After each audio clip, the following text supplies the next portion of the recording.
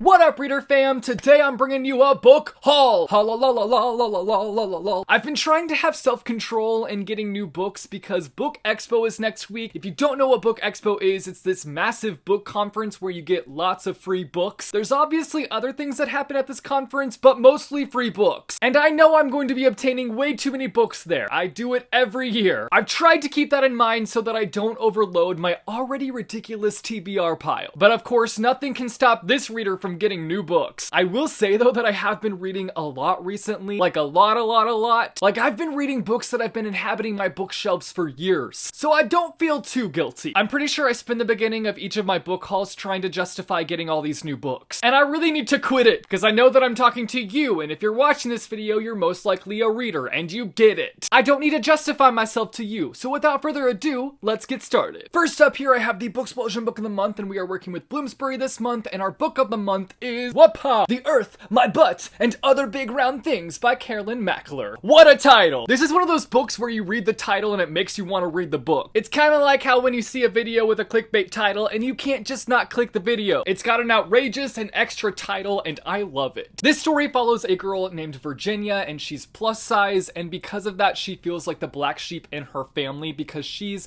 the only one within her family that has that body type, and she uses different tactics in order to kind of hide her body size because she feels ashamed by it. I believe this book is about her finding her confidence within the body type that she has and learning to just be her true self. The description of this book is pretty vague in what happens, and I am still currently reading it, which I need to hustle because our live show is this Saturday. But basically it sounds like something really big happens in her family that affects everyone in the family, and that big event is a starting point in Virginia truly finding herself. Like I said, I have started this book already, and what I've read of it I really love so far. It's tackling a lot of really interesting issues. Obviously body image is one of the main points that this book is tackling, and I've really been wanting to read more books that tackle this topic because even though it's 2018 and we've seen so much improvement when it comes to beauty standards and body image, we still have a long way to go. Society continues to tell us that we have to look a certain way or aim for these unrealistic body types, and it's super toxic. Books like this are helping dismantle that idea that we have to reach for this unrealistic image. I'm so looking forward to discussing this book with the Booksplosion crew. There are so many things that I'm already ready to talk about. Our live show is this upcoming Saturday, so if you have read this book, be sure to join us. I was also sent the sequel to this book, which comes out on May 29th. I was lucky enough to get this book early from the publisher. The sequel is called The Universe is Expanding, and So Am I. Again, this book follows our main character, Virginia, and it takes place after the events of book 1 and how she's kind of found her footing in life again. But as life goes, her world is flipped upside down once again, which is super relatable. That's just how life goes. When we find normal is when things get chaotic again. This book follows her once again trying to get to that normal life. I think it's really cool that the author decided to do a sequel to this book because this book has been out for a long time, so she decided that she would whip up a sequel, and I'm looking forward to reading this one, especially because I've loved what I've read so far of this first book, and I'm looking forward to seeing how her story continues in the sequel. Next up, I'm working with HMH Teen, and they hooked me up with the book Brightly Burning by Alexa Dawn. Now, I met Alexa Dawn at Y'all West, and you know when you meet an author and they're just super kind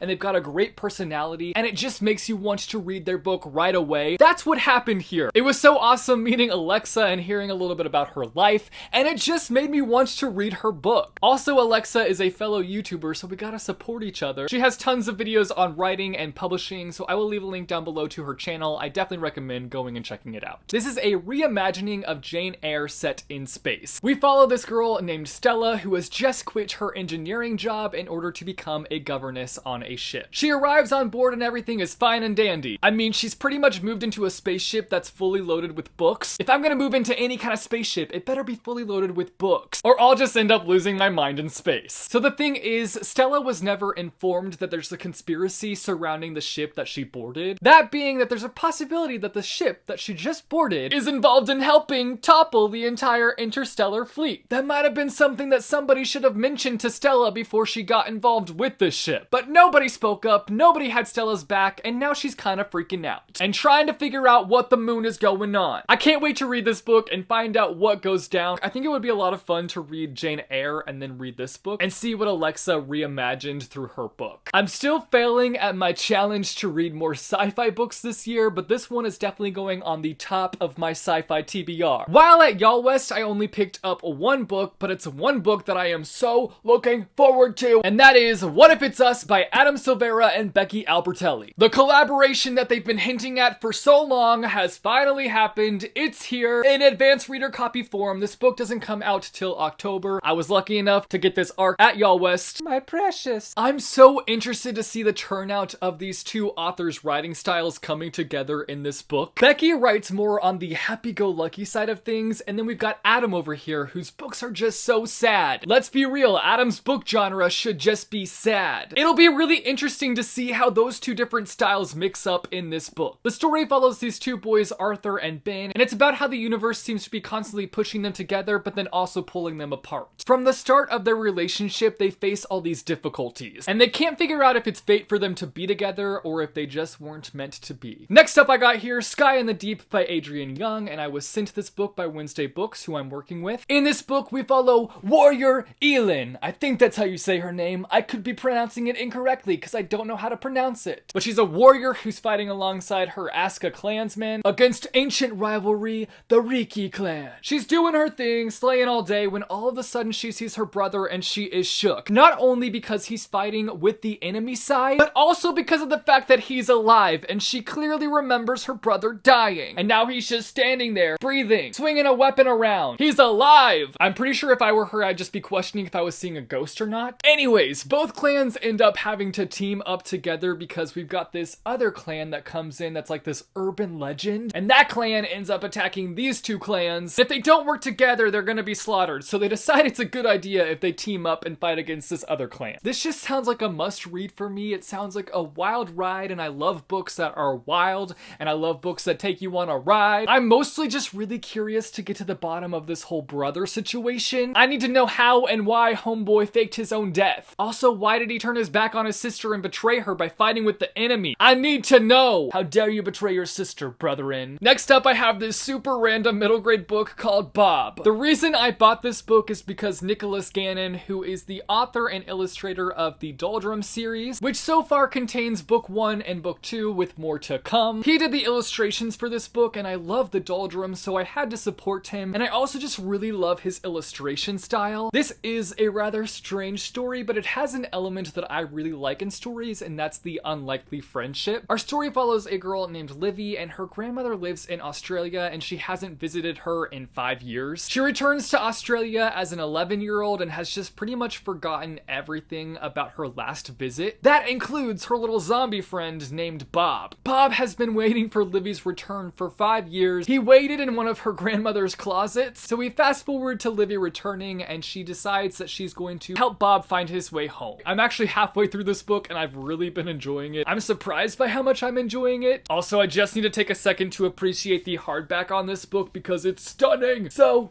good. Next up, I have different books from the Chronicles of Narnia series. I'm on a mission to hunt down these original editions. I picked this one up in January, and it has been a struggle to find the other books in this edition, which is why I now have random books in this series, because these suckers are hard to find. I really want the full set in this edition, but I don't know if it's going to be possible because I can't find them anywhere. So I've got here Prince Caspian, The Return to Narnia, The Horse and His Boy, and The Last Battle. I don't even know why I'm drawn to these editions so much. I guess I just love that vintage classic appeal. I need 3 more to complete my collection. I need The Magician's Nephew, The Voyage of the Dawn Treader, and The Silver Chair. I gotta catch them all. Next up here, I've got Cat's Cradle by Kurt Vonnegut. Now, this is a book that I would not normally go for, but here we are. I was browsing the shelves of Barnes & Noble, and this book just called out to me. It grew a mouth and was like, Jesse, pick me up and read me, homeboy. I have started this book. I'm about 147 pages in. I'm not loving it, but I'm not hating it either. I'm just kind of in between here. So far, I'd say it's not too shabby. It's a story of this journalist who is trying to get information on the person responsible for the bombing of Hiroshima and Nagasaki. I think it's been fun to read because of the fact that it is so different from what I normally read. It's adding a little spice to my reading life. I think we could all use some spice in our reading lives every now and then. Next up here, I have this book by Jason Reynolds called For Everyone, which this is actually just a poem that he wrote for dreamers. I've already read it. It's simple and to the point, but it's inspiring and and heartfelt. It just kind of breaks down the idea of being a dreamer, and it also kind of inspires you to chase after your dreams. It talks about how we should continue to dream big dreams. It talks about how we can face failure and how that's not the end of the road. We need to overcome it and keep on dreaming. We can paint and create a new future for ourselves at any point in our lifetime. Today, tomorrow, whenever. We all have it in us to achieve our goals, and that's kind of what this book preaches. This was a super nice pick-me-up read for me. If you're having a rough day or you're being too hard on yourself, this is a nice quick little poem that will just like instantly lift your spirits. And the last book here is this little book that I'm sure none of you guys have ever heard of before. It's super underhyped and nobody talks about this series ever, and that is Warstorm by Victoria Aveyard. Hopefully you caught the sarcasm because everybody talks about this series. Not necessarily nice things about this series, but they talk about it. A storm is coming and it's in the shape of this here book. This is the fourth and final book in the Red Queen series, and I can't believe this book is here. Also, it's so big. I feel like it was just yesterday when I was reading Red Queen for the first time. I know that Red Queen gets a lot of crap, and I understand the crap it gets. There are a lot of tropes tucked away throughout the series, and it also uses a lot of elements from other stories. But regardless, I still really enjoyed this series. No shame over here. It will be a while till I read this finale because I'm still slowly but surely making my way through the third book in the series, but hopefully I'll get to this book before the end of this year. So those are all the books that I've picked up and was sent recently. You guys should let me know down below in the comments if you have read any of these books and what you thought of them. Also, let me know down below in the comments some books that you've picked up recently. If you like this video, be sure to give it a big thumbs up. I post videos frequently on this channel, so if you want to see more bookish content from me, be sure to go and hit subscribe or go and click the little bell icon and you'll be notified every time I post new videos.